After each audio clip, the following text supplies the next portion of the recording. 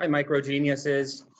It's Brian, and I am doing Lab 45 today. Remember, this week we're doing Lab 45 only. We're not doing Lab 46.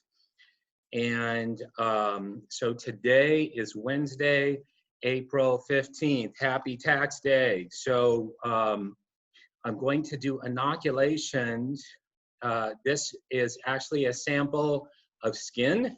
So what I'm inoculating today is just the side of my nose here. This is nice, and a nice little crevice, and it's warm, and there's a lot of sebum that comes out, sebaceous glands, lots of yummy stuff for skin bacteria to eat. So this is a great place to find skin bacteria. So what I'm gonna do is take my sterile swab, dip it in sterile saline. I wanna put it in saline, not water, because these are salt tolerant bacteria and they like an environment that's salty, so we want to use saline. So I'll dip it in saline, then I'll take the sample directly, just swab my nose, and then I'm going to put it on mannitol salt agar. We used mannitol salt agar before in exercise 12. This is a pink agar that contains salt. It's really, really good for skin bacteria. Mostly you culture Staphylococcus epidermidis on here, but I am a carrier for Staphylococcus aureus. I've already confirmed that. About 40% of the population carries Staph aureus on their skin. And so most likely what will happen is the Staph aureus will ferment mannitol, which is a unique feature of Staph aureus, and then it will turn the medium yellow when it produces acid. This pink is an indicator like phenolphthalein, and it turns yellow in the presence of acid. So I will do the inoculation. I'm gonna do a streak plate inoculation. So I'll just inoculate a small sector, and then I'll spread out the sector with my lube, with a sterile lube after I'm done with that. So here goes. You can see my Bunsen burner, and you can see my Petri dish. Go ahead and uncap my sterile water, sterile saline, excuse me.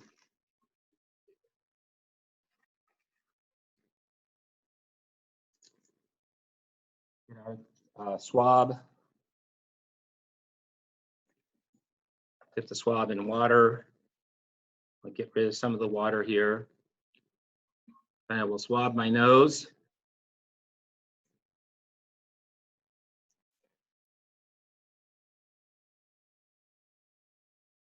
Just like that. Then I'll go ahead and inoculate the very top portion of the Petri.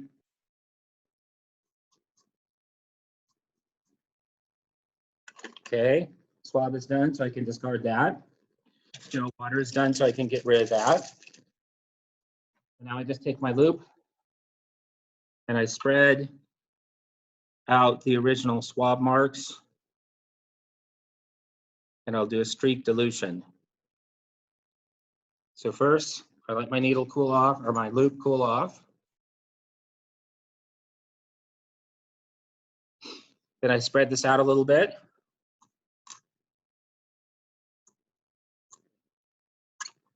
Flame again.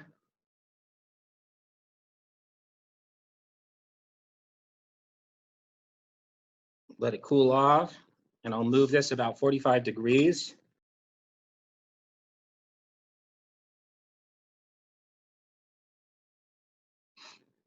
And I'll swab that, or streak that. Flame again.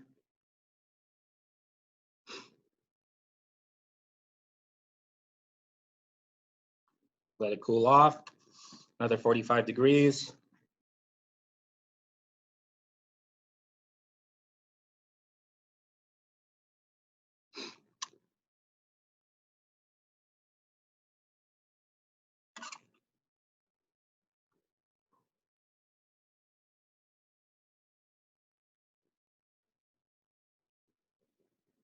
Flame again, let it cool off.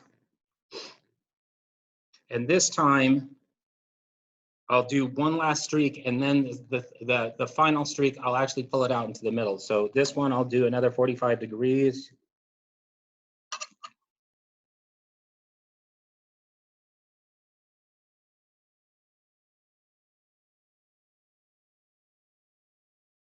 And each time I'm pulling that streak out a little bit further, going to the last streak that I did, and in that way it dilutes out my original sample. If I just had bacteria directly from my skin, it would be too concentrated of a sample and I wouldn't see individual colonies.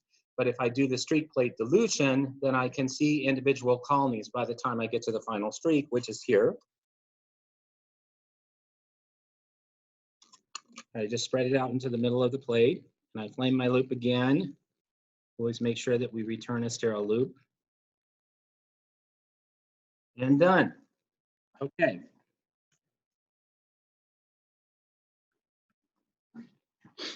So I turn off my gas. This I'll put in the incubator in 2 days. So you'll have a video lab on Friday.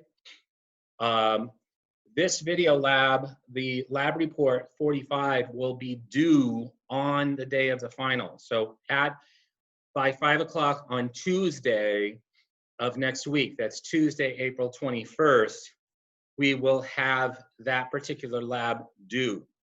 This week, on Friday, lab 25 is due. So I owe you 2 things on lab 25, one of which I'm gonna do now. First of all is critical thinking and clinical applications for lab 25. And second is your antibiotic test sheet. So you can determine whether your bacteria were resistant, intermediate, or susceptible. So I need to do that. I will provide that on Moodle. I'm having trouble with Moodle today, so I'll try to get that to you as soon as possible, as soon as Moodle is up. If Moodle isn't up, I might just send you an email to all 10 of you. Okay, so let's go to chapter 25, or exercise 25.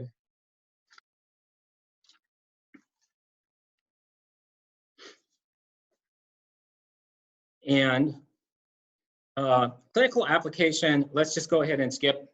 Okay, so clinical application. These dilution tests are a little more confusing. And so I would prefer that you skip that at this particular point in time, but I do want you to do both critical thinking questions. So the first critical thinking question for 25 is on page 206 in your lab text. What effect would the presence of tetracycline in the body have on penicillin therapy? Well, tetracycline is bacteriostatic, okay? So what tetracycline does is it allows bacteria to exist, but it prevents it from growing. So if you have tetracycline, say if you're taking tetracycline for acne, you would take it long-term, and then all of a sudden you had a short-term infection like strep throat, and you started to take penicillin therapy, then because of the tetracycline, the bacteria could actually hide. They're in very, very small numbers. They can hide from the penicillin. And so you would go through that course of penicillin therapy thinking that you would get better, and the tetracycline would hide the bacteria. So after the penicillin therapy was done, the bacteria that were infecting your throat would come right back up. So because tetracycline is bacteriostatic, it can hide away bacteria, infective bacteria, from other antibiotic treatments. So you have to be very careful with that. Okay, and then on problem number 2, you're given some results of a disc diffusion test, and you're given the zones of inhibition for antibiotic A, B, C, and D. And then it says which drug should be used to treat an infection caused by this bacterium, briefly explain. Okay, now all they give you is the zone of inhibition. They don't give you any other information. They don't give you the zones of resistance or susceptibility, and they don't give you the condition of the patient. They don't give you the actual antibiotic being used. So really, B and D, antibiotic B and D look like they might be the best, but because they have the highest zone of inhibition of 18 millimeters, but there's just not enough information to tell you which antibiotic to use. We don't know their relative zones of inhibition in terms of resistance and susceptibility. We don't know the bacteria. We don't know the condition of the patient. There's lots of things going on we don't know. So you just simply don't have enough information to answer this question. Okay, and again, skip clinical application. I'll go ahead and post this online as soon as possible for lab 45, and then also critical thinking and clinical applications for lab 25, and we'll go from there.